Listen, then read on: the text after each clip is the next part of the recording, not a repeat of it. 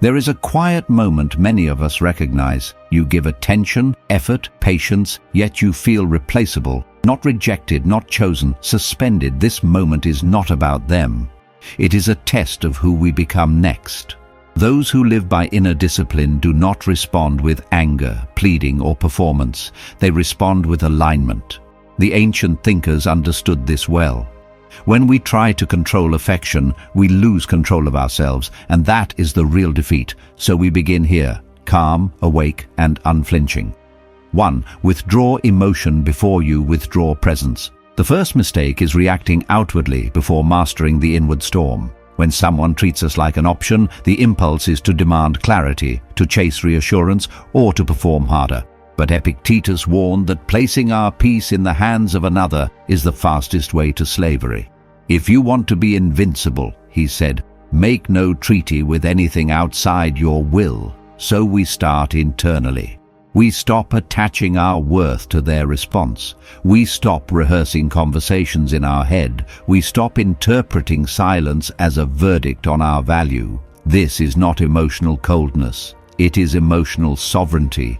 Only when our inner state is steady does any external move carry weight. Otherwise, every word we speak is contaminated by need. 2. Refuse to compete for what should be freely given.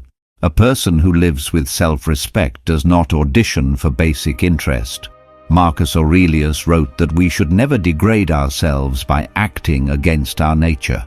Competing for attention, especially by comparison, jealousy, or over-effort, slowly erodes dignity. And dignity, once bent, is rarely restored in the same relationship. If someone keeps you as an option, they are telling you something without words. They are undecided. The Stoic response is not resentment. It is clarity. We do not fight for a seat at a table where we were never invited to sit fully. We stand back, not to punish, but to observe reality as it is, not as we hope it to be. 3.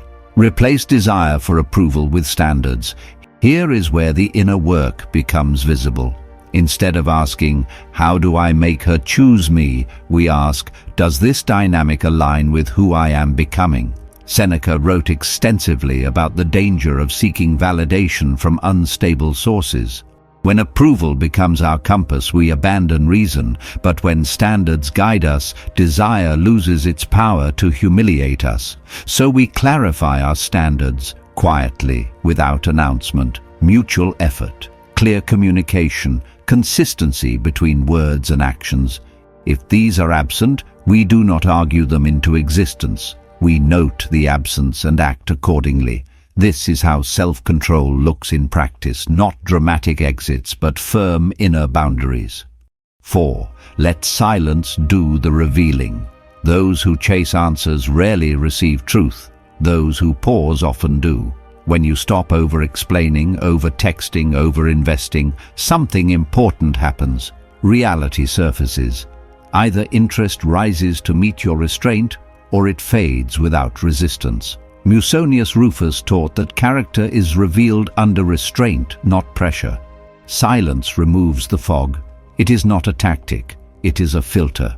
If someone values you, they will feel the absence of access. If they do not, your silence will feel irrelevant.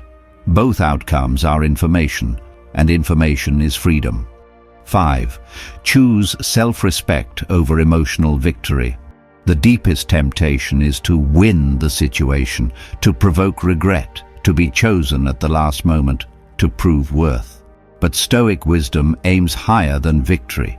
It aims for freedom from inner disturbance. Marcus Aurelius reminded himself daily that other people's actions are reflections of their own judgments, not measurements of our value. When we accept this, we stop negotiating with disrespect. Sometimes the strongest move is not staying or leaving dramatically, but outgrowing the situation entirely. We do not punish. We do not explain endlessly. We simply step forward into a life that does not require being chosen to feel complete.